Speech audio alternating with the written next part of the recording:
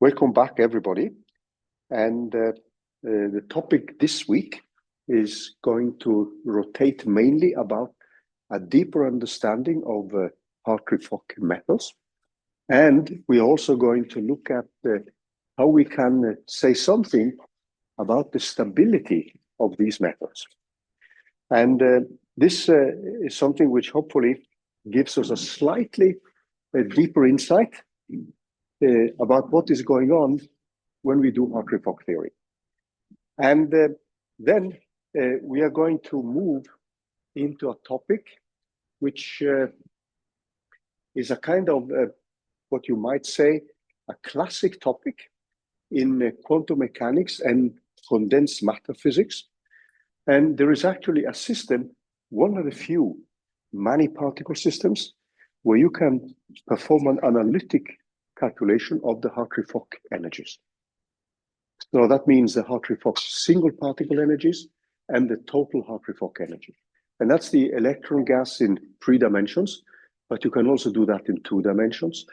And this is perhaps in condensed matter physics, one of the most established and studied theoretical methods, which describes, for instance, the properties of semiconductors pretty well.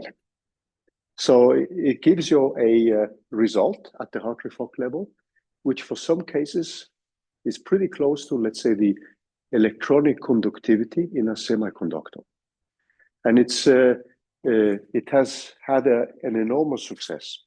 And for people who do many-body physics, the homogeneous electron gas, which is an infinite system of electrons, which then is surrounded by a continuous positive charge. So the ions of electrons in a lattice structures, instead of experiencing an atomic nucleus which sits at each lattice site, you're just smearing out the charge of these atoms or molecules or whatever they may be as a continuous charge. And everything simplifies, but there is more to the picture than meets the eye here, because the analytical result which is used here, which you obtain, is then used as the first approximation in one of the most popular many-body theories ever, which is called density functional theory. And this is something which we are going to derive, this famous input, which is called the local density approximation.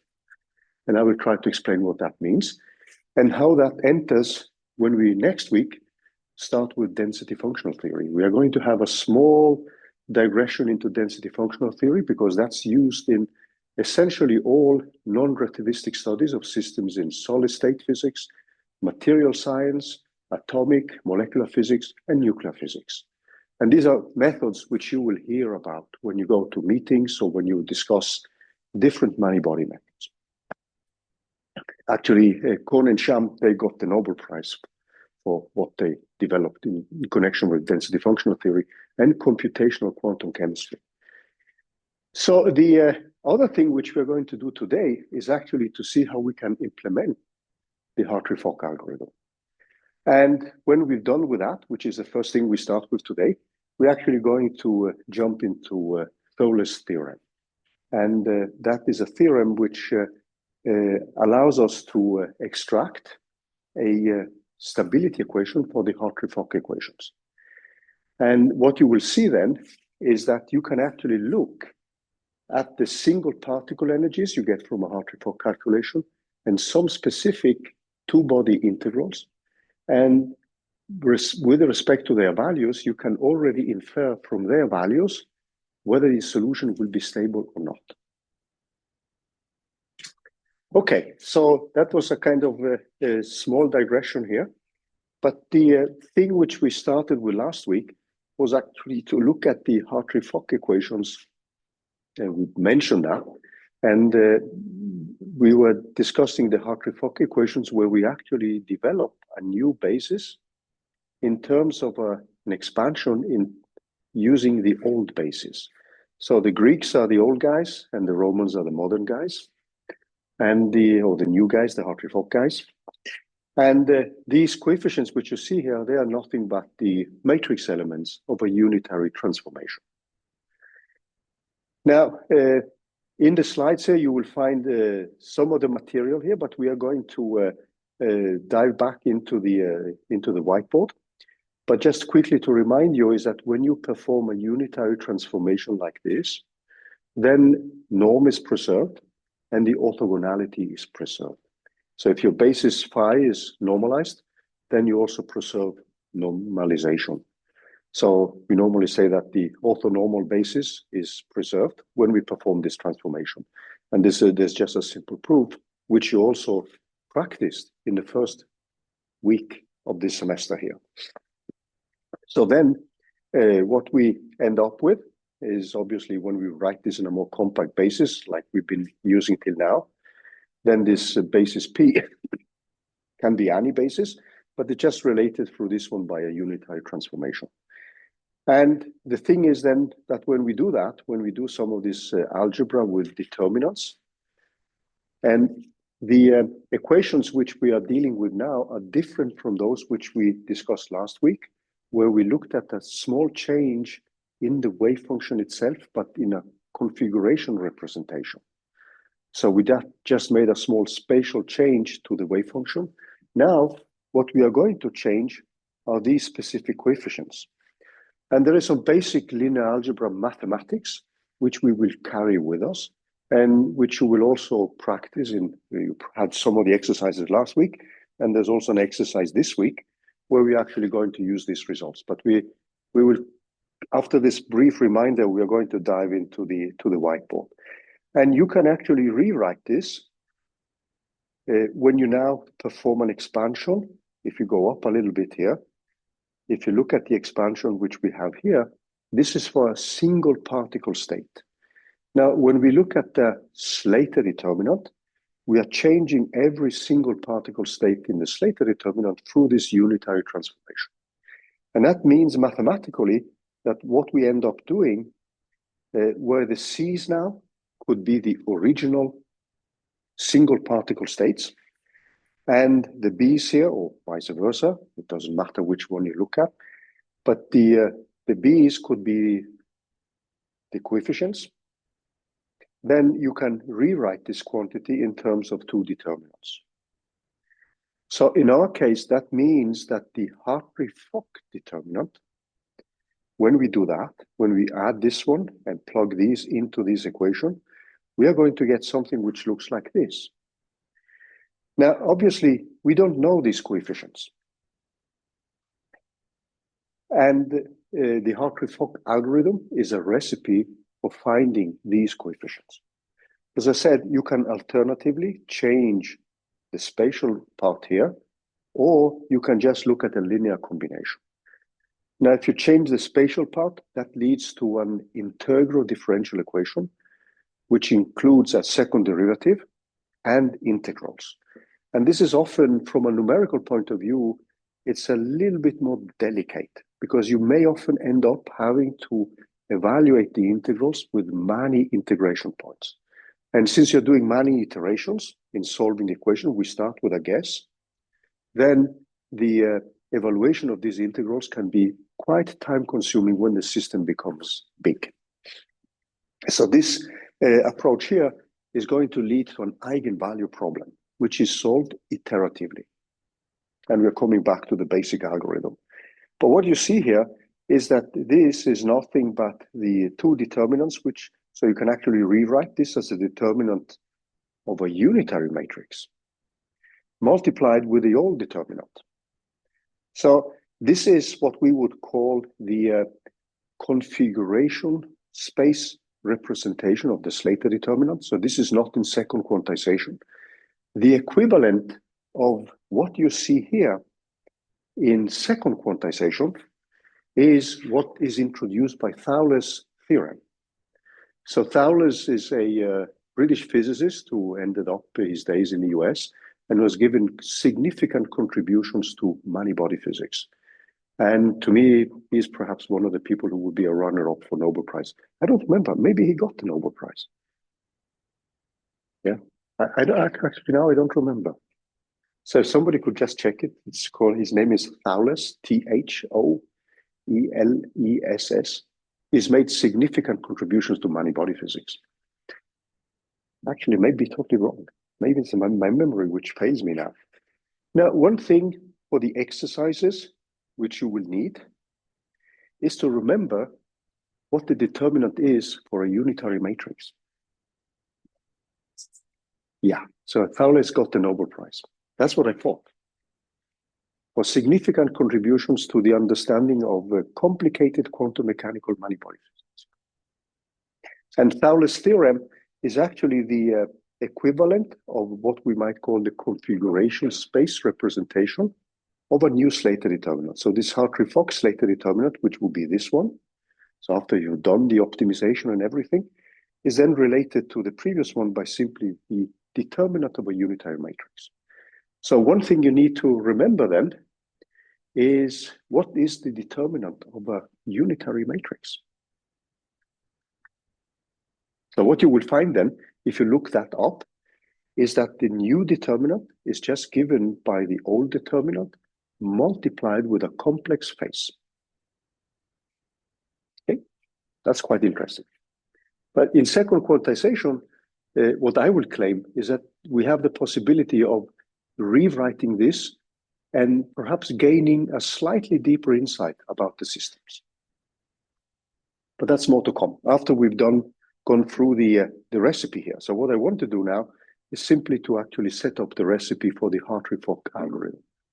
So let's go back to the whiteboard and take a closer look at the basic mathematics which we need to address.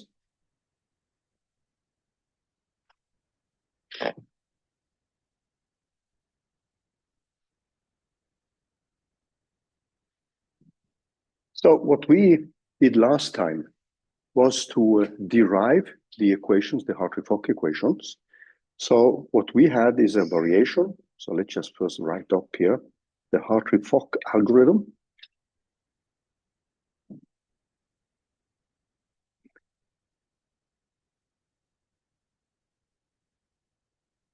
So what we found last time is that we had a variation of the original Slater determinant. And so we have a phi 0 Hartree-Fock,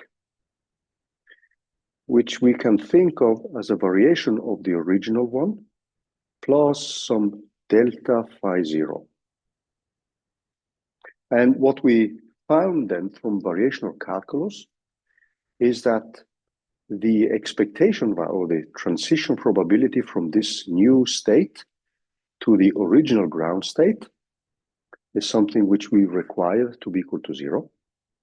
Alternatively, we could look at the emission conjugate of the same equation because we are dealing with coefficients which are the coefficients of a unitary matrix, so they are in principle complex. So these two, whether we solve this equation or the other equations, these equations are independent of each other, and we can solve either that one or the other one. Now, last week, we didn't say anything about the practical implementation of what we ended up doing. Now, another thing, just to quickly remind you of where we were last week, is that we found that these matrix elements, phi of A, given in terms of single particle states, where we now take the overlap between a one particle, one whole state and the whole Hamiltonian of phi 0. So these are the many-body states, which then, when we calculate this transition matrix element, as we call them, then we ended up with something which is expressed in terms of the single particle basis. And we found that then from the variational calculus, then these matrix elements had to be equal to 0. So I'm just reminding you of some of the basic mathematics which we derived. So these are two equivalent statements. And this is just given by the integral over the one-body operator plus the sum over this mean field contribution, where each particle C is a mean field which is set up by all the states below the Fermi level. So you can think of all the particles are filling up positions below the Fermi level. And then this gives a correction to the motion of the particles. So H0 could contain a trapping potential, which then influences the motion of a particle. So you have kinetic energies plus an eventual external potential which confines the motion. So this external potential could even be a gravitational field. There was a very subtle experiment which was done at Grenoble in France, where they studied neutrons trapped by the gravitational force and found tiny, tiny quantum mechanical discrete states. So the kind of external potential is something which varies from case to case. There can be only kinetic energies. For those of you who deal with nuclear physics, it's often an approximation which is used is to use the harmonic oscillator basis. But for a nucleus, there's only kinetic energy plus the nuclear forces. So the addition of a harmonic oscillator potential is actually a calculational device where you introduce a basis which is handy and also physically representative for the system you're looking at. Okay, so one of the things which we are doing then, when we have this new basis, P, which is now given by this transformation of Cp lambda. So we're assuming that this transformation is given by the matrix elements of a unitary matrix. So these Cp's are complex variables. And what we can do then is obviously to define a new Slater determinant in terms of the new basis, and then we have a Slater determinant with the old basis. So if we now think of what we will label as a Hartree-Fock Slater determinant, this is a Slater determinant which is defined by the single particle basis P, is defined by the basis, the single particle basis, by the Slater determinant SD composed by P. The original one, which we start with, phi of H, is then defined by a new Slater determinant, by the Slater determinant using the basis lambda. So these are just two single particle bases, lambda and P. And we have made the assumption that both P and lambda, they make up an orthonormal basis, are members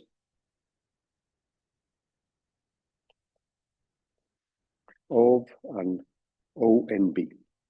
So ONB, just to remind you, is one of the acronyms we introduced in the beginning of the semester for an orthonormal basis, and SD is again the acronym for a Slater determinant.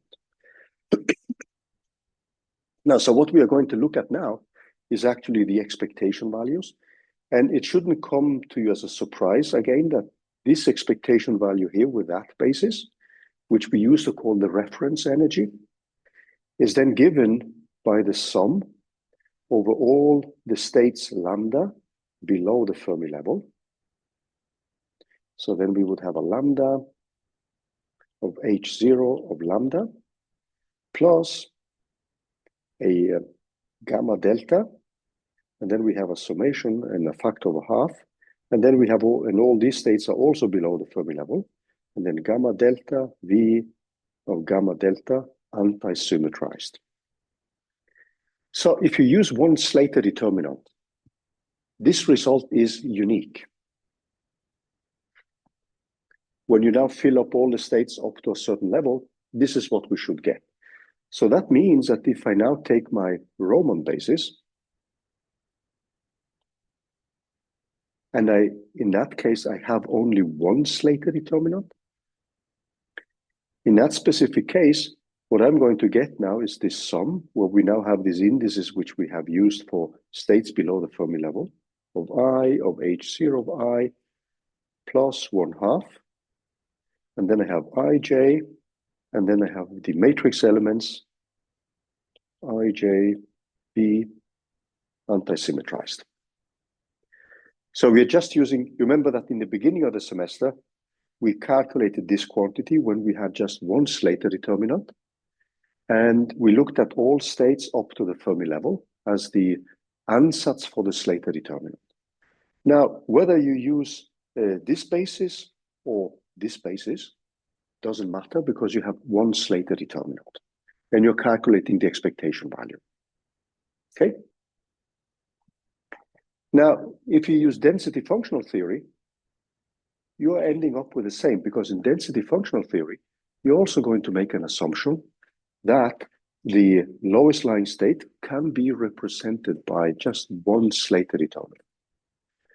This is an approximation, obviously, as we will see again and again when we move on into other types of many-body methods. We saw that already when we did full configuration interaction theory. So what we are going to do now is simply to rewrite this equation here in terms of this basis, and where we now need to plug in these coefficients, these unknown coefficients. So that means that if I take this energy here and rewrite that one in the other basis, so we can then put an equality sign here and then go through the mathematics which is needed. So what it means is that this becomes equal to a sum over I. And now we are going to change that sum a little bit, because I'm just going to write this as less than and equal up to the number of particles we have. So this is a kind of strange notation, because what we have is a set of states up to the Fermi level, and all these states are filled. So it's state 1, 2, 3, up to the last state n. And this is essentially what we are doing. So when I put this sum I, sometimes you just leave out Fermi level or whatever, and you just have an index I to indicate that these are states below the Fermi level. So I'm just going to use this notation, and later you will see that I'm going to skip n. But this is actually something which is going to be useful when we are going to look at the practical algorithm, because we are going to rewrite the quantities which we end up calculating in terms of something which is called the density matrix. And density then refers to the number of particles we have. Then what we have is a summation over alpha and beta. That's our Greek basis. So we have a Ci of alpha, complex conjugate, Ci of beta, and then we have the specific integral alpha of H0 of beta. So I'm just simply putting in this expansion. Okay? Nothing particularly difficult. And the thing now is that these indices, alpha and beta, they can in principle run from 1 to infinity, because this would be all the single particle states we have here. Now, what is common to do now is simply to put in a cutoff by a level d, or no, we used to call this a little n here. So this is little n.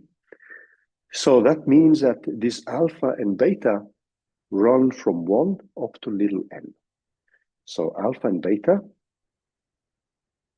they are actually members of all the states 1, 2, 3, up to little n. Because we are making an expansion. And if you remember back last time, the way we were thinking of the change of the single particle wave function is that, for instance, this state here gets an admixture from an excited state. So the single particle wave function gets a change, a contribution where you have the same symmetry, that you need to have the same quantum numbers because there are specific quantities which are conserved. And then this state here could now have an admixture from a state above the Fermi level. That's the ansatz which we used in setting up the Hartree-Fock equations. Okay, so if we continue then, we have this second term, which now has a sum over I and j up to n. But now we have a quadruple sum. So we have alpha, beta, gamma, delta. And then I have a Ci alpha, complex conjugate, Cj beta, complex conjugate, C gamma of I, and C delta. No, sorry, I should write them in the correct order here. Ci, and then Cj delta. And this is then multiplied with a matrix element, which is given by the previous basis, B of gamma delta anti-symmetrized. So the only thing I've done now is simply to rewrite everything in terms of the new basis. So this will be the energy in terms of these coefficients. So we say that the energy is now a function of these unknown coefficients. So let's just write this one as E0 as a function of these coefficients C. And we call that a functional. Now, we do also have constraints from normalization, which then will introduce a Lagrange multiplier. So that means that we end up with a final functional, which is going to contain the energy plus or minus the constraint which we get from orthogonalization. And that is the functional which we will vary with respects to the coefficients C. So this is essentially what we are preparing for functional calculus. Okay, so what we need then, and let me just find my notes on this. To find them back here. Yeah, so if you look at the basis which we have, so if I take one of these states, P and Q, what we have then is that we require, since these are unitary transformation, that orthogonality is preserved. And this is something which we would rewrite in terms of the old basis, alpha, beta. And then we have a CP of alpha. And then we have a CQ of beta. And then we have alpha and beta. Now, what we have done is that we have assumed that this basis, alpha and beta, is an orthogonal basis, which means that this simply simplifies to a sum over alpha. And then we have this coefficient C of P, because we have the orthogonality, which we have shown that is preserved, like that. Now, what is common to do now is to define a functional in terms of these unknown coefficients. And we call this F, and this is a functional of this unknown coefficient C, which I now just write in a generic way like this, without putting any subscripts on them. And this is now going to be given by this term we had here, the E0 of C. And then we are going to have a term which now reflects the Lagrangian multiplier. So, and since we are summing over the new basis states, we get a sum over I equal 1 up to n, the number of states. And then there is a Lagrange multiplier of I here. And this is again multiplied with the sum over the alphas, where we now have a C of I over alpha squared. And this is the function we now want to optimize. So what we want is the derivative of this f. So we want to have d of f as a function of c with respect to either dc complex conjugate or d of f of c with respect to c. And this is the type of equations which then correspond to the same variational equations we put up last time. And if we now take the derivative, what we are going to do now explicitly, so when we now look at the equations, we are going to take the explicit derivatives of these coefficients, and now we can pick the complex conjugate one, and now we pick subscript A and subscript alpha. So we just pick one of these. So just keep in mind that when we are taking these derivatives, we will have to look at the i's and the alphas. So we will just get a whole row of equations. And at the end, every such row is something which we then can transform into a matrix times a vector problem, which is equal to an eigenvalue times a vector. So we will rewrite this as an eigenvalue problem in the single particle basis which we have. And so what we want to is to have this one equal to 0. And if I now take the first term, if we take the term which we have here, this one, You see now, if I take the derivative with this I alpha for each I alpha combination, I'm left with Ci beta. So that's pretty easy. But when I take the second term, what I have to be a little bit careful with is that I have this term, but then I also have a sum over j and beta, where j can be equal to I and beta can be equal to I. So that's going to give me, you can just think of this as a squared quantity. So we'll get two terms. I get rid of the factor of a half. And the other thing which is important for us to keep in mind is just this fact that these quantities here are just dummy variables. So I can always rename them. And I will get, when I take the derivative with respect to Ci alpha, I will have one term from here, one term from here. And then I just use the fact that these are dummy variables, rewrite equations. I'm going to get two equal terms, which then cancel the factor of a half. That's pretty easy to see when you take these derivatives. So that means that if I take the first term, what this gives us is simply a summation over beta. And I have a Ci beta, like that. And I'm going to have an alpha of H0 of beta. Now, one thing which is pretty common is to choose the basis beta and alpha to be an eigenbasis of H0. And that simplifies further the calculations. And this is something which is pretty standard in Hartree-Fock calculations, to have actually a basis which you think is a basis which is representative for the system, but it may not be the ideal basis. So for those of you doing nuclear physics, you know that the harmonic oscillator is a good approximation, but a Wood-Saxon basis is something which often is better to represent the physical system. And you can always rewrite.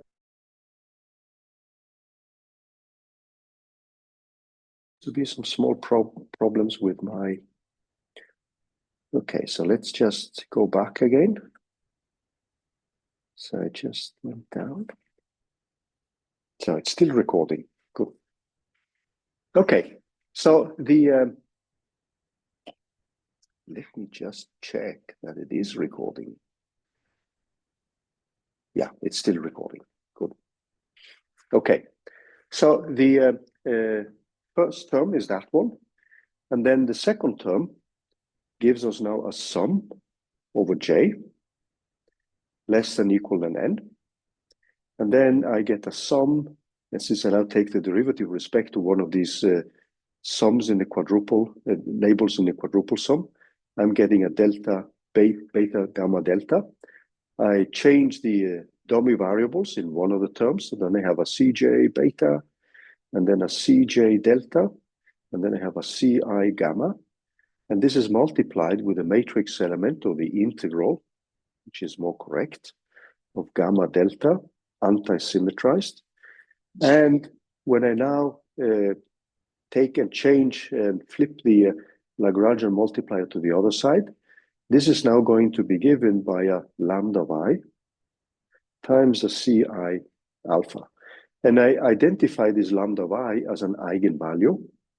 And I'm going to call this the single particle eigenvalue, which is the Hartree-Fock eigenvalue for that specific state.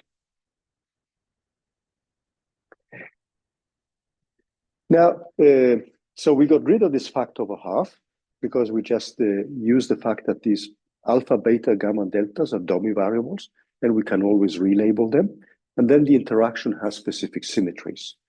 And if you look back, so alpha, beta, v, gamma, delta is obviously equal to minus beta, alpha. These are anti-symmetrized matrix elements of v, gamma, delta, etc. So we have these specific symmetries in the matrix elements. So if we now look at these equations which we have, this is something which we now can rewrite in terms of the following. So we defined a new operator which we call for H Hartree-Fock. And then we also define an H Hartree-Fock with alpha beta indices, and that is going to be equal to alpha of H0 of beta plus this sum over J less than equal than N. And then I have a sum here, which now runs over gamma and delta. And this contains now a coefficient Cj gamma and Cj delta multiplied with a specific integral, alpha gamma V of beta delta. Now, if I do that, if I introduce this specific quantity, you can now see that I can then rewrite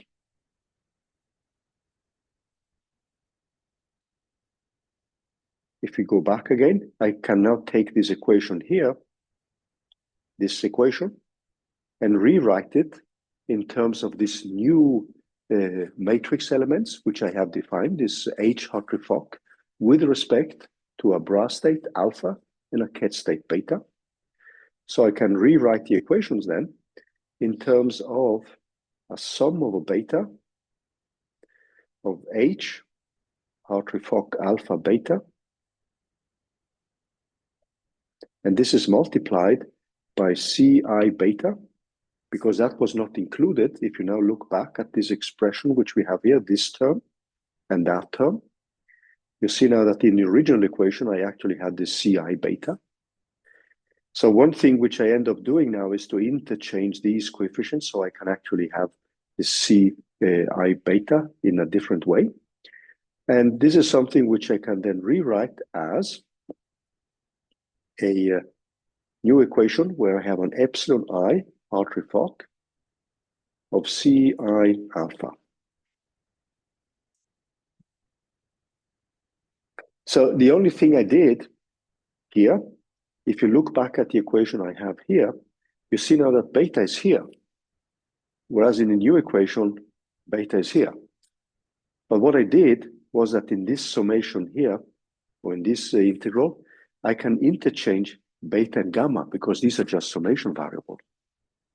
So if I interchange them, then if I interchange gamma with delta, I would have a delta here, right? And which I replace with beta. And since these are dummy variables, then I can always rewrite the equations in terms of this operator here, multiplied with the unknown coefficients, and then we have the coefficients here. Now, this is nothing but a standard eigenvalue problem, where the general equation here would just be this H Hartree-Fock multiplied with these coefficients C, and these are given by some eigenvalue multiplied with the coefficient C. So where these lambdas are the epsilons Hartree-Fock. Now, this guy which you see here is just one specific eigenvector, and this is a specific eigenvalue, and this is more the general case here where you have just one given eigenvalue and one given eigenvector.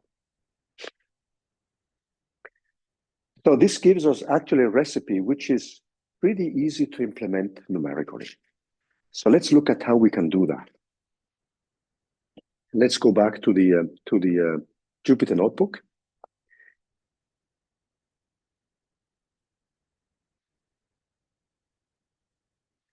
And look at how, so basically what you have here are the same equations, which we went through on the slide, in the slides here. So if you look at the Hartree-Fock algorithm, what you need now is obviously to set these values to some kind of value because we don't know that.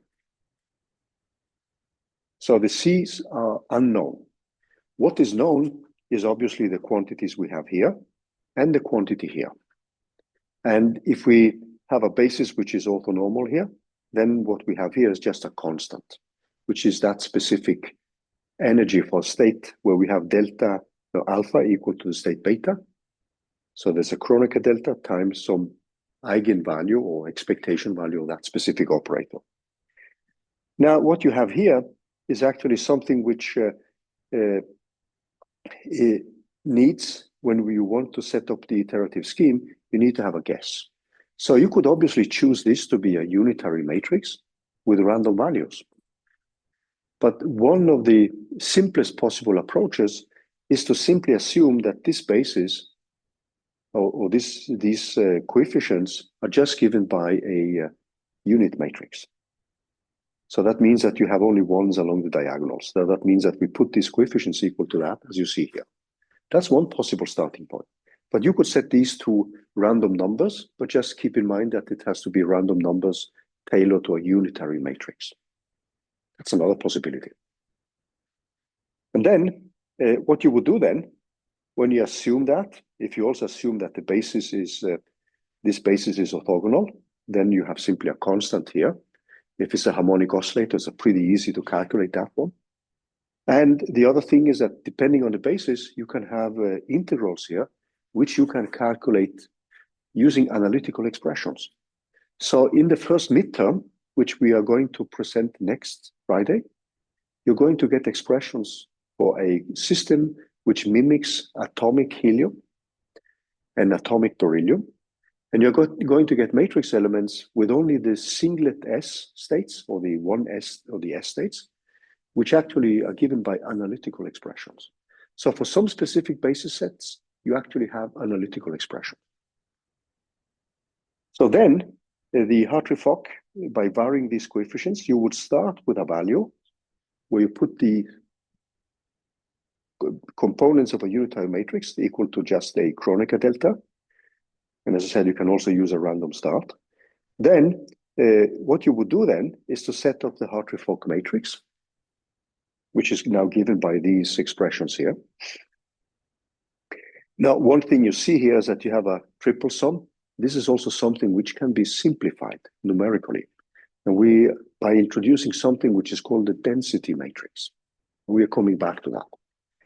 So when you do this, what you would do now is simply to diagonalize, and then you get new Hartree-Fock energies and you get new basis states, because now you're mixing in contributions from the interaction between the states. So you will simply calculate with the new eigenvalues, you set up a new Hartree-Fock potential. So when you diagonalize, you get Ci alphas 1.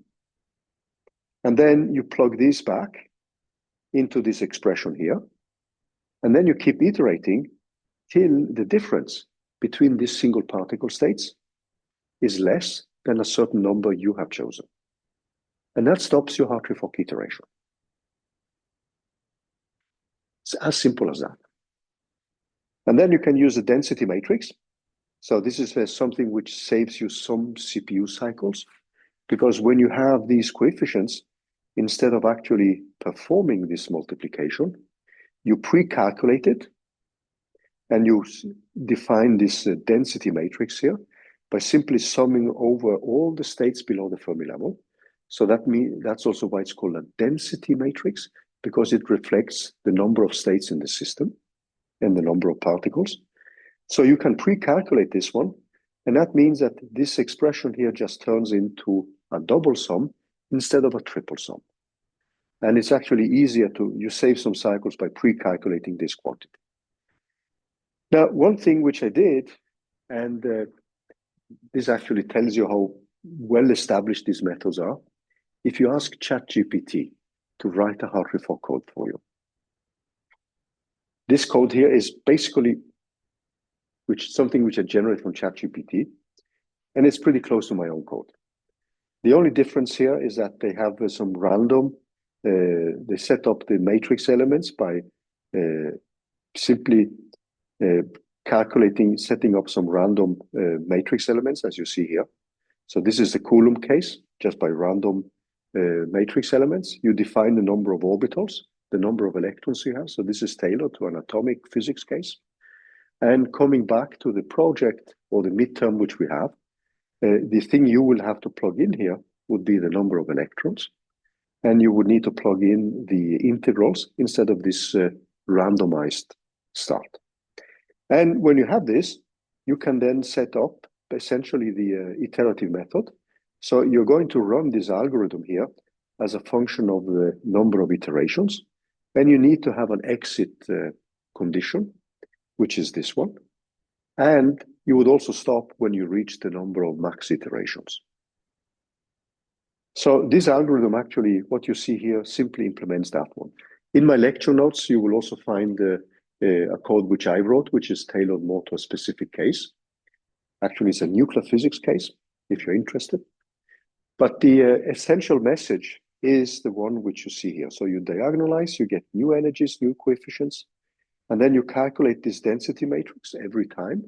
Because when you diagonalize, instead of performing a triple summation here, the one you see here, this triple summation, you pre-calculate the density matrix, and that simplifies the calculation here.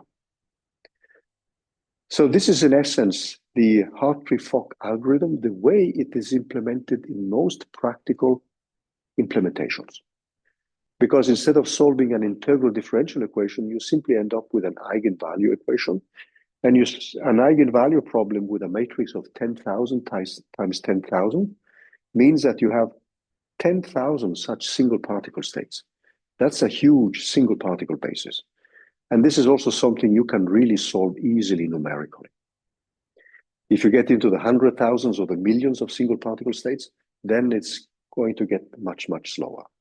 But to implement this algorithm here by repeated eigenvalue solutions is something which is pretty easy to implement. So the thing we need are then the integrals and these single particle energies. And if you then have a basis which is both physically meaningful or relevant for the system you have, and in addition, you can calculate these matrix elements easily, you would then just tabulate these matrix elements, as you will see in the first midterm, and then just set up the Hartree-Fock solver.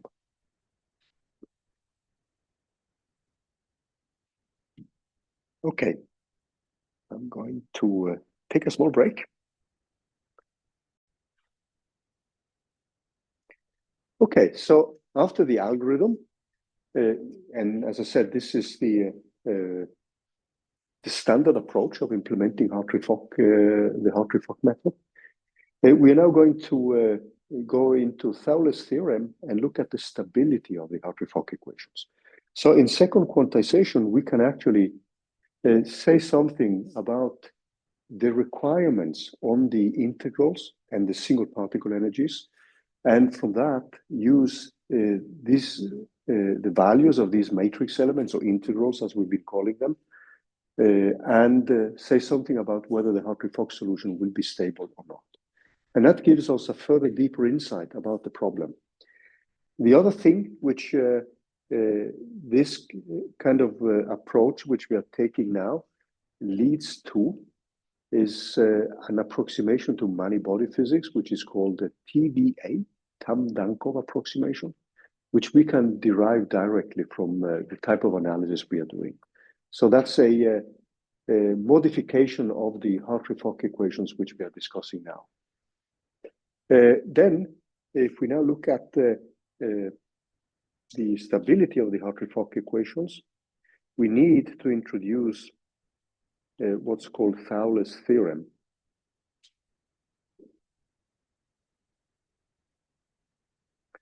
And Thouless theorem.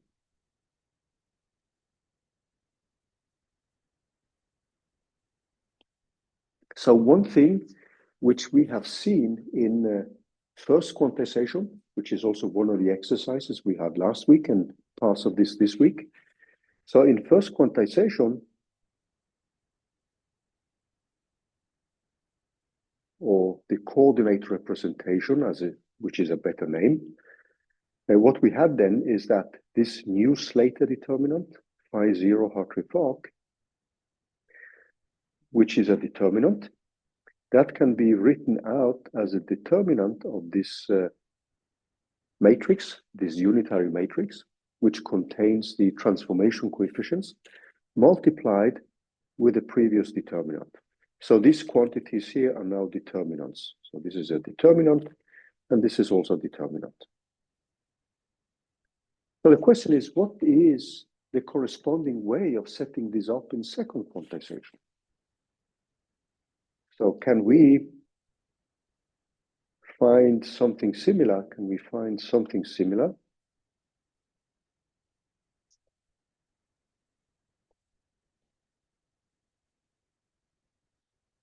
In in second quantization?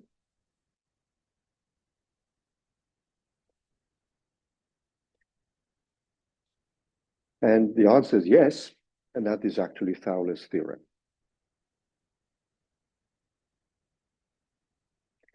And we are going to use that one when we are going to study the stability of the Hartree-Fock equations. And use this in the analysis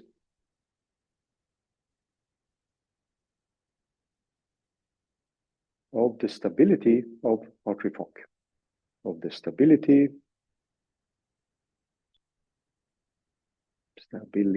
of HF. So we need now to take a look at the Thouless theorem first. So let's quickly remind, or let's state the theorem first. So the theorem, so let me just wait a little bit till everybody has written it down. So in Thouless theorem, what we are saying now is that, and I'm going to make a small change here of notation, because I'm not going to write this phi, Hartree-Fock, etc., etc. I'm simply going to relabel that one in terms of a state C. I guess everybody's happy with a more compact notation. And this one is nothing but, if we now think in terms of second quantization, as a sum from I equal 1 up to the states n. So this is just the summation of all the states which are filled below the Fermi level. And this acts on a true vacuum. Now, what Thouless theorem says is that a general state like this, I mean, from the Hartree-Fock calculations, we can actually express a new Slater determinant in second quantization, which we call C tilde. So the equivalent of this transformation, which we saw in first quantization, where you have these coefficients of a unitary matrix, is something which we can rewrite as an exponential, where sum of AI, the states above and below the Fermi level, and then there is an unknown coefficient, CIA, and then we have a creation operator and an annihilation operator, and this acts on the original state C. So a general Slater determinant with a one particle, one hole excitation can be written out like this. So let's show that this is actually the case. So when we did the Hartree-Fock calculations last week, we defined a small change. So what we are going to say now is that this state C here, which we have, C prime, that can be written out as C plus some delta C. And in the Hartree-Fock equations, translated into this parlance, what we have then is that we have delta C of H of C is equal to 0. And that gave us last time these equations like AF of I equal to 0, or we had I of A of F of A equal to 0, depending on whether we looked at C and the transition from delta C to C or from C to delta C. So if we now look at this expression which we have here, so let's try to analyze this expression a little bit and see how this can be written in a more compact way. Because last time, what we did was actually to say that this delta C was equal to some parameter eta we wanted to vary, times an AA and AI multiplied with the original state C, okay? So we looked at a variation of this type. We just postulated that. So what we are going to say now is that this postulate which we made can actually be rewritten in this more compact form here. And that's going to be the equivalent of what we had in coordinate space with a unified transformation times the original slated form.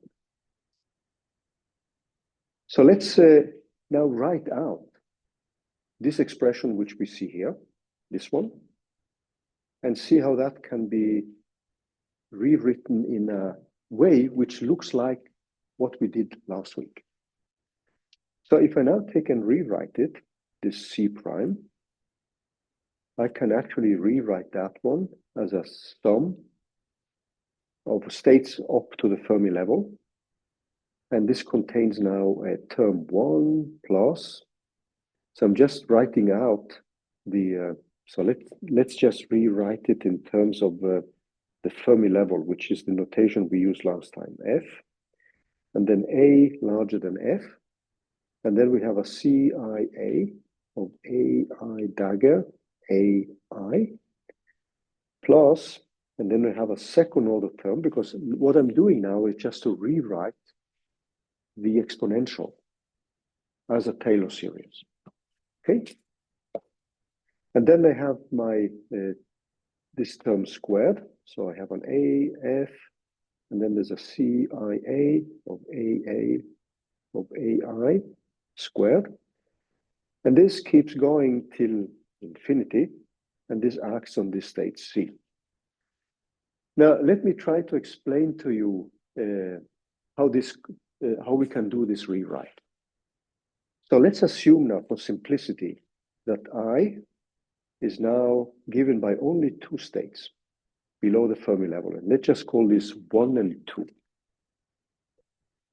Now, if I now look at my state C here, C prime, this is the exponential when I now write it out. So I can split the sum over A and I in terms of a sum A here, which has a C, I, and then this is equal to 1. So I'm going, instead of writing I here, I'm going to write 1, because I have one state I, which is equal to 1. And there is an A, and then I have my A, and then A1. That is the first term. And then I have the second term, which now runs over A, and then I have 2 here, an A, and A, and A2, acting on C. Okay? So this is just an example so that you can see that I can rewrite that original sum which we had, which now contained an exponential and the sum of all these terms, as a product of all states below the Fermi level, plus these sums which you see here. And this equation which you have here is going to simplify further, because I have the same I here, and then I have an I squared, and that acting on the vacuum state has to give 0, because we cannot take away two states with the same quantum numbers. So two particles with the same quantum number. So you will see that all the high order terms here disappear. And we are only going to be left with that one. And this is suddenly going to look like the approximation which we made last week. So if we now look at this specific example here, there's one thing which is important to note now. So if we call the first term, so let's call this term for the term which we have here. Let's just call this for A. And we call this term here for B. Okay. So what we have is something which now we can rewrite as, so this is something we can rewrite as exponential of A plus B. Now, there is an interesting property which also comes in here. If you look at these two operators, A and B, they commute with each other. And that means that I can actually rewrite this as an exponential of A multiplied with the exponential of B, because they commute. So that's a very important property here, because else we would have to, if we have operators which don't commute, we would have to use something which is called the Baker-Campbell-Hausdorff expansion of an exponential of operators. That expansion, it gives a lot of nested commutators. And this is an expansion you would have if you were to calculate the exponential of a matrix, or the exponential of the sum of matrices and the exponential of products of matrices. Because the matrices may not, you can think of A and B as two matrices. So if they commute, then this simplifies considerably. And it's actually this property which you see here, which is going to allow us to rewrite it in terms of, so the sums which we have here, that property is actually going to allow us to rewrite it as a product of these creation and annihilation operators. So just to convince you that these two operators commute, if we now take these operators AA and A1, and now I need to look at because these sums, these A's which you see here, do not need to be the same as the A's which you have in the first one. So if you want to do this more correctly, you should write a B here, and then there's an A2. Okay. So if I now look at the commutator here, what I have is an AA dagger, A1, times an AB, times an A2, minus AB dagger, A2, and then AA and A1.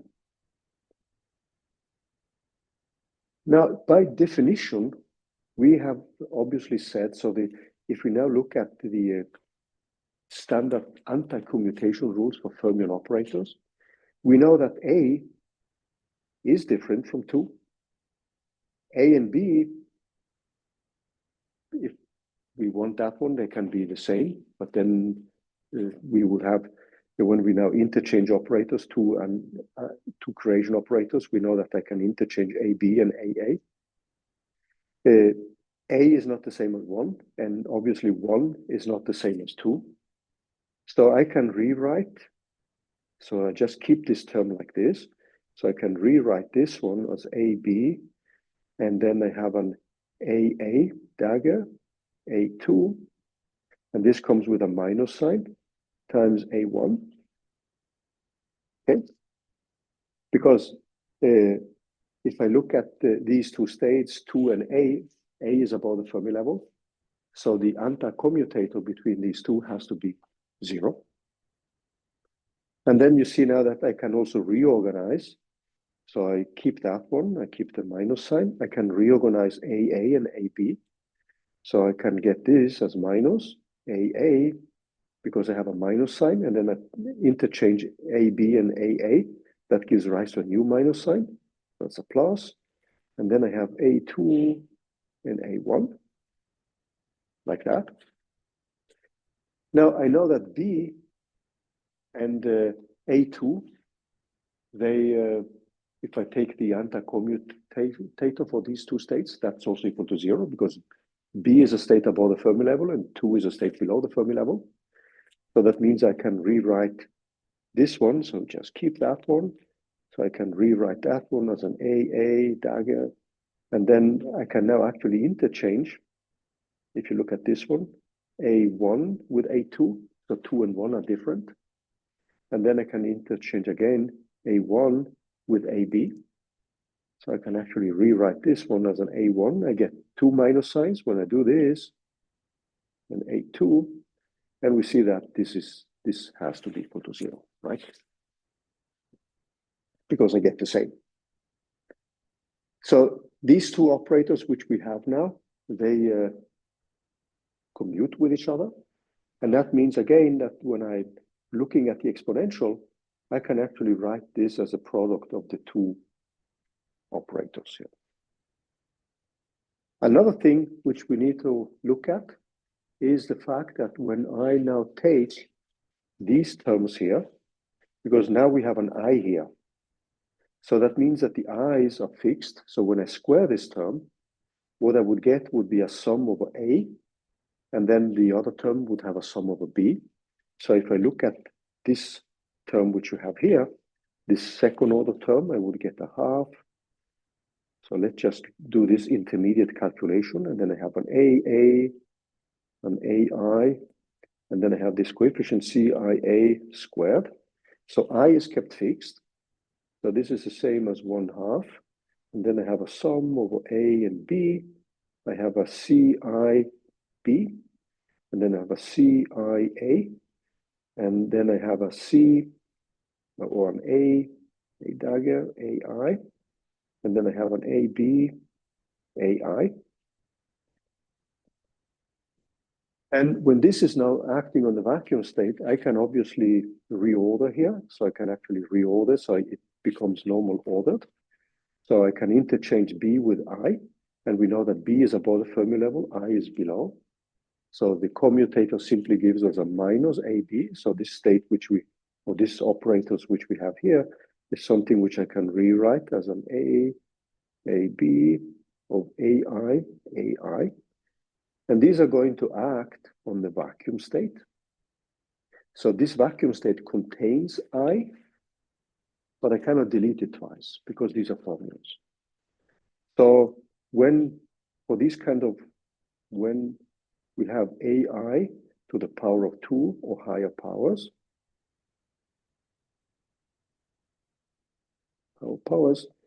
then we would have AI to the power of n acting on C, which is equal to 0. So it means that all the higher order terms which we have from this expression which you see here disappear. And we are then left with only this term plus 1 here. So that means that when I add all these elements together, what I'm going to get is the following expression. So I will have a C prime, which is now equal to the following much, much simpler expression. And this is simply going to be given by a product of I less than F. And then I have 1 plus A, which is larger than F, of CIA, of AA and AI, acting on the vacuum state. Okay. So what does the action on this vacuum state look like? Because now we are going to rewrite this one as a more general Slater determinant in terms of a new set of operators B. So we are going to lump together these two terms with a new type of operator. And we are going to call that operator for B. And then we need to show that this is a general representation of a new Slater determinant. So let's look at the operation of this quantity here on the vacuum state. So if we just remind ourselves for the vacuum state, this vacuum state C is defined as a product of I equal, less or equal the Fermi level of AI dagger acting on the vacuum state, 0, the true vacuum state. So when we now rewrite these operations which we have, what we are going to get is that this new Slater determinant is given by pi of I less than F.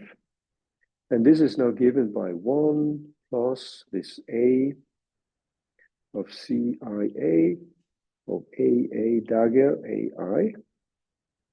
And now I'm going to, I need some more notations here. So I'm going to write the states defining C as an AI1, and then there's an AI2. So in order not to mix up the different I's. So these are now the explicit states below the Fermi level, which we use to define the Slater determinant C. So this goes up to IAN dagger acting on 0.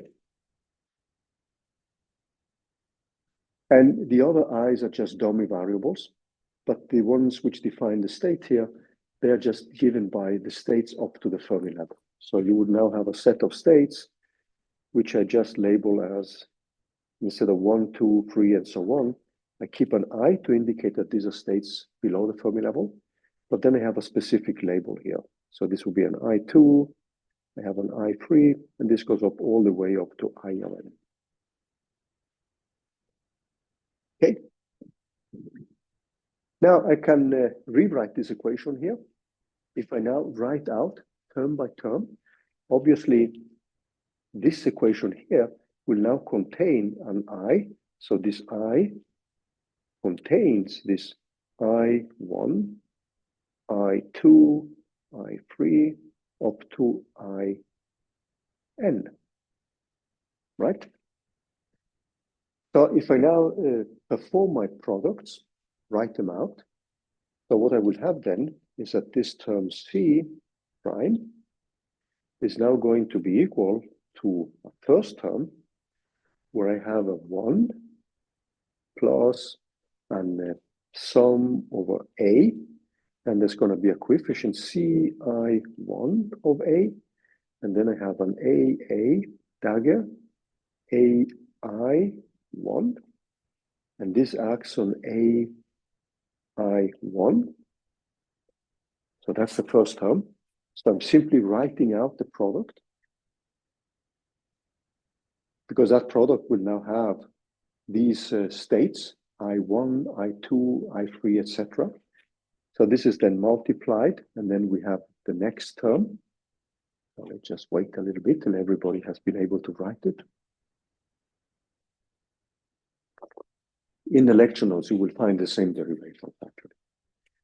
So if I keep going, there's going to be a new term here where I have 1 plus, there is an A, and then I have a Ci2 of A, and then I have my AA, and then AI2, and this is acting on AI2 dagger. And this continues all the way down till the last state below the Fermi level. So there's going to be a Cin of A, of AA, AIN, and then I have an IN dagger like this. And then multiplied, so we put these curly brackets, multiplied with a true vacuum state. Now, if you look at each of these terms, they can obviously be rewritten, because if we look at now what we have here, now I create a state, and then I annihilate a state. This one is multiplied with that one. So I can rewrite this in a more compact form, like a sum over a product over I. And then I have my creation operator, AI dagger, plus, and then I get a sum over A, and then I have a CIA of an A dagger acting on this vacuum state. So the action of each one of these is to create a state and then destroy it. So the second term, which you see here, simply gives rise to this.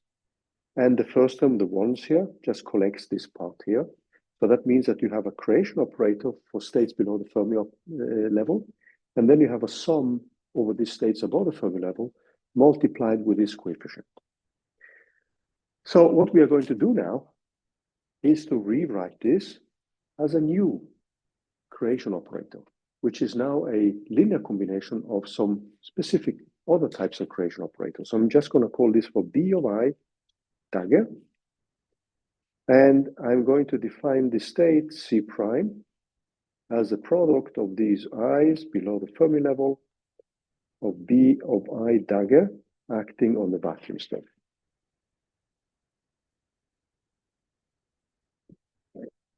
Now, the thing we need to note now is that this is not a general operator, because we have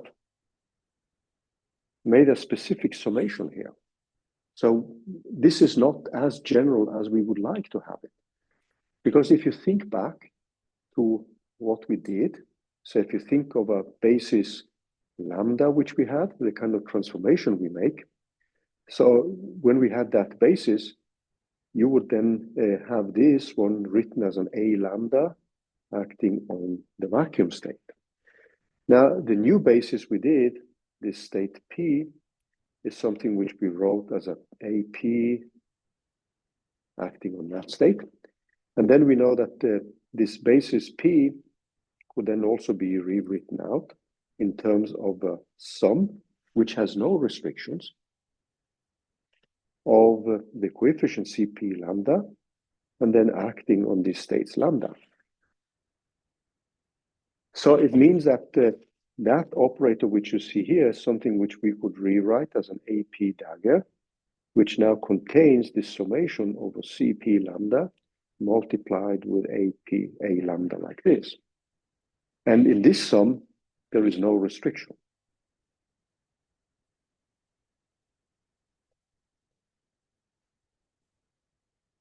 So the thing we want to do now is, can we construct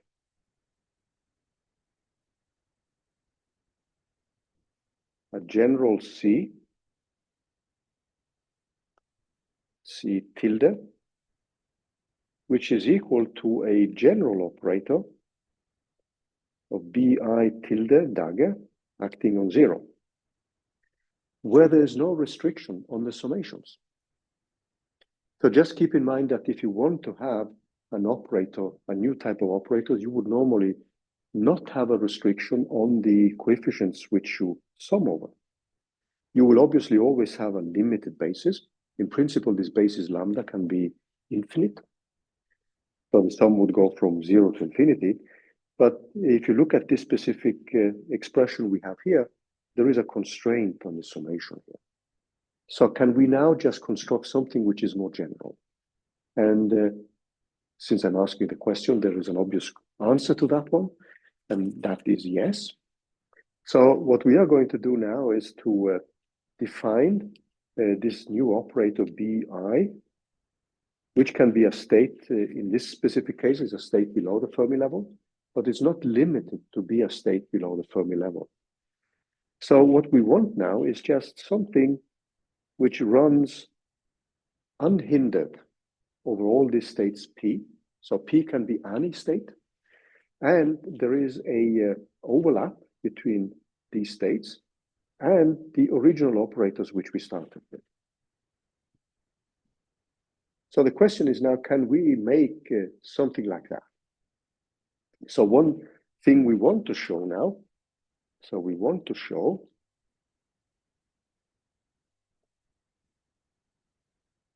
that this C tilde, which we have set up,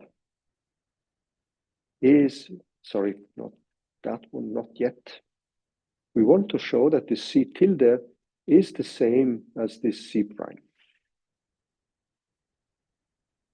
And we're also making an assumption here where we simply assume that this C with C tilde has a norm equal to 1. That's another assumption we're going to make. So let's write down this C, the original one, with this C tilde. And this is now given by the following expression. So we're going to have a 0. We have an AIN minus 1. And this goes all the way down to AI2, AI1. And then we are multiplying this one with the first operator, so which will be a sum. And this sum now runs for the state up to the Fermi level. So this is P over I1, the first one, up to IN. And then I have a overlap coefficient, the GI1. No, wait, no,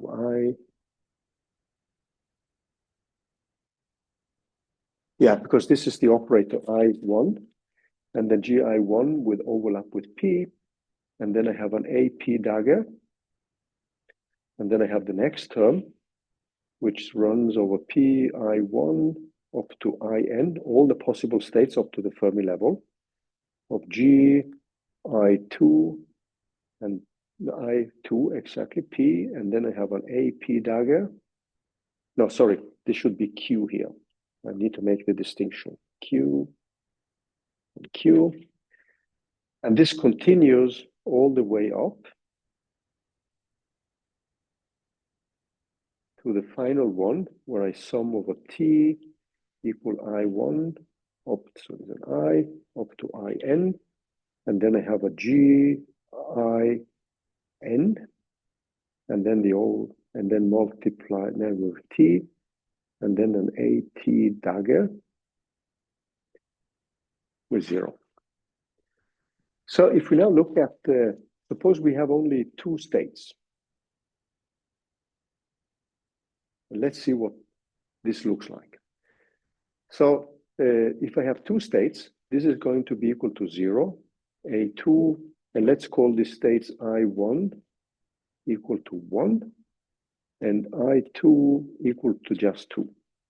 So I'm going to have these states, with these creation operators on the for the brass state, and then I'm going to have a G11 with A1 dagger plus a G12 with A2 dagger, and this is multiplied with G21 of A1 dagger plus a G22 with A2 dagger. It's often easier to see things when we now write them out in terms of specific examples. Now, if you now look at what we have here, so let's take this term here only, and just see what we have. So if you now look at this part here, and we write it out, so we have a G11 of A1 dagger, of G21 of A1 dagger. I get a plus a G11 of A1 dagger, of G22 of A2 dagger, plus a G12 of A2 dagger, of G21 A1 dagger, plus a G12 of A2 dagger, of a G22 of A2 dagger. So look a little bit closer at these expressions here, because these are acting on the true vacuum state. So if you look at these terms, there are 2 of these terms which give 0. Can you see which one should give 0 when they act on a true vacuum state?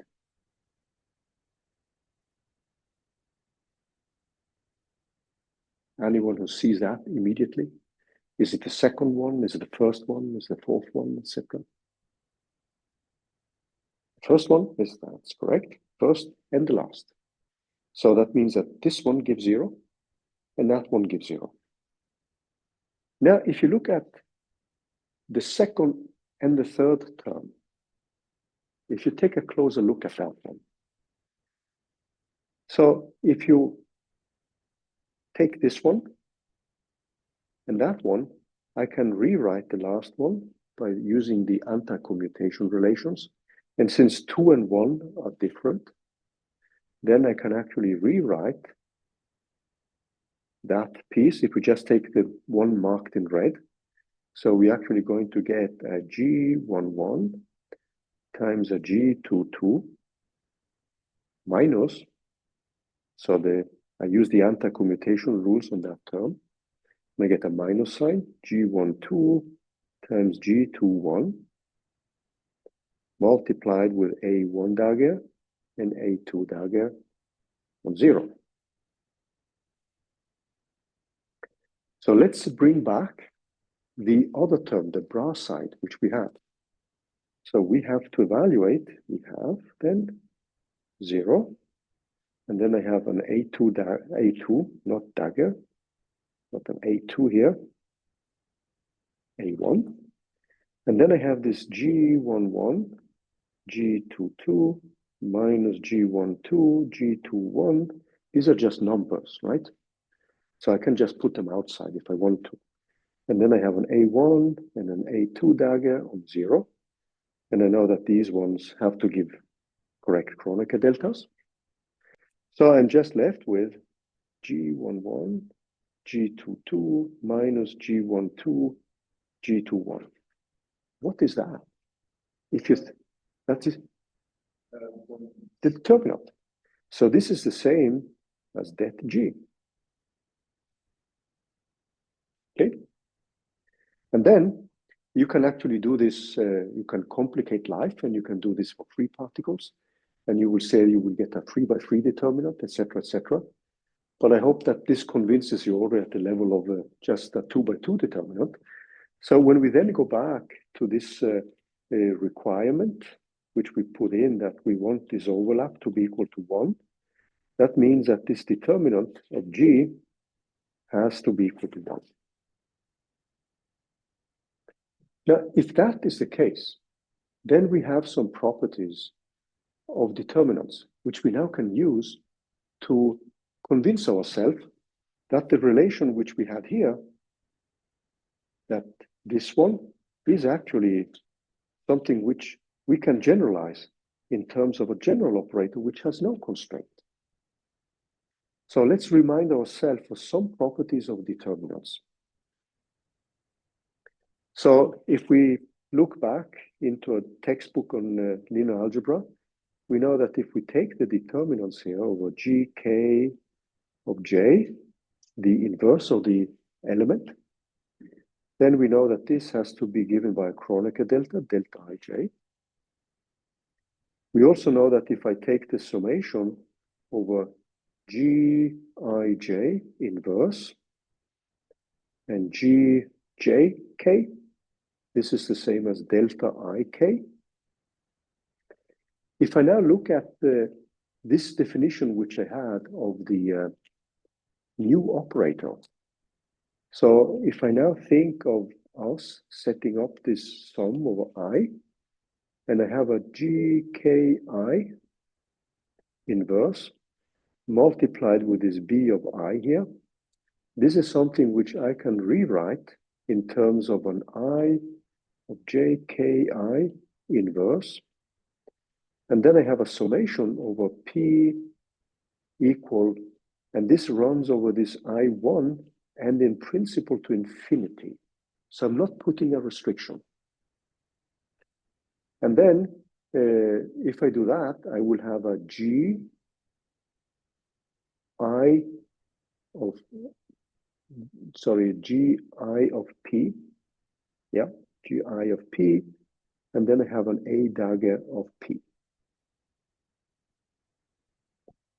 Because now I'm taking this subscript I comes from this one. If I do that, then I can split the second term here into a sum over states up to the Fermi level and a sum over states above the Fermi level. And then for the sum below the Fermi level, I can use these relations which you see here. So that gives me simply something which looks like an AK dagger. So that would come from the terms below the Fermi level. So when I split this up in two terms, I have one sum over P less than the Fermi level plus a sum over P above the Fermi level. Just split them up. So the one below the Fermi level is then going to be replaced using these relations which you see here. So I have an AK dagger plus a sum which goes over all the i's. And now I have a sum here, P equal to I of n plus 1 above the Fermi level and in principle to infinity. And then I have a G of Ki inverse of G of IP multiplied with AP dagger. Now, what I can define now, if you look at the coefficient which I have here, this one, or actually the summation of I and these terms, I can define them as a new coefficient. So what I would do now, in order to complete the proof, so let's do that. So define a new coefficient, which I'm just gonna call for CKP. which is given by the sum over I less than the Fermi level of GKI inverse multiplied with this GIP. So I just need one small minute. And then what I get, so we can then define, we can then rewrite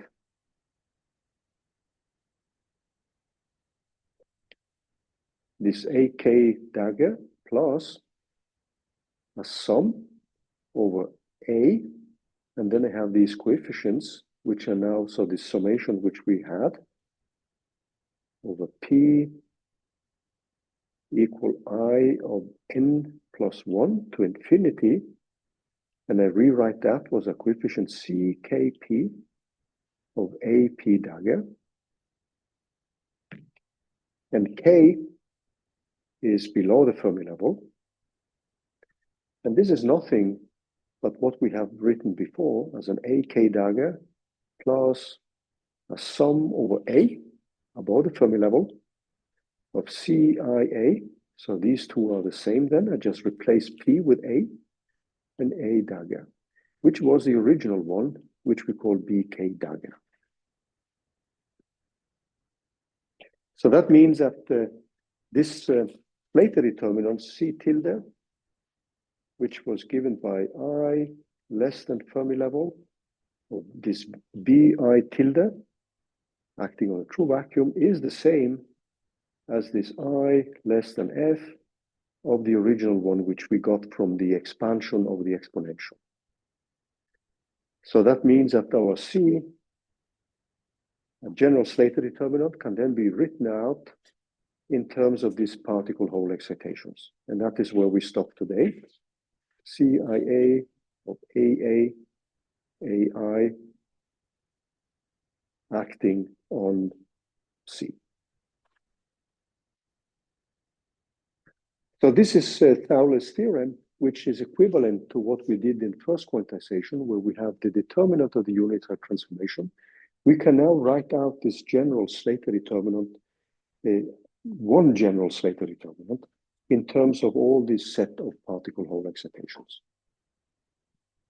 So what we're going to do tomorrow is actually to use this to derive the stability condition on the Hartree-Fock equations.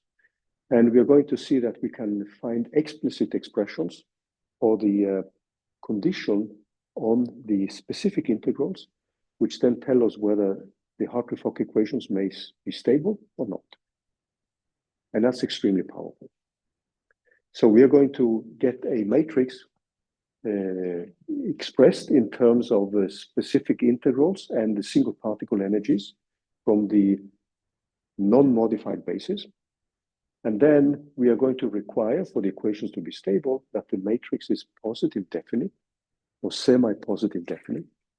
And then you can read off the diagonal elements and you have a necessary but not sufficient condition for stability, that the matrix is semi-positive definite.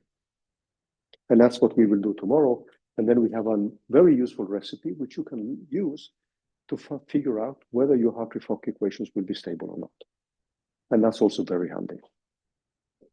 So I know this is a more, how to say, a digression into the mathematics of things, but this gives us a kind of, hopefully, a more intuitive way of thinking of a general Slater determinant. Hopefully.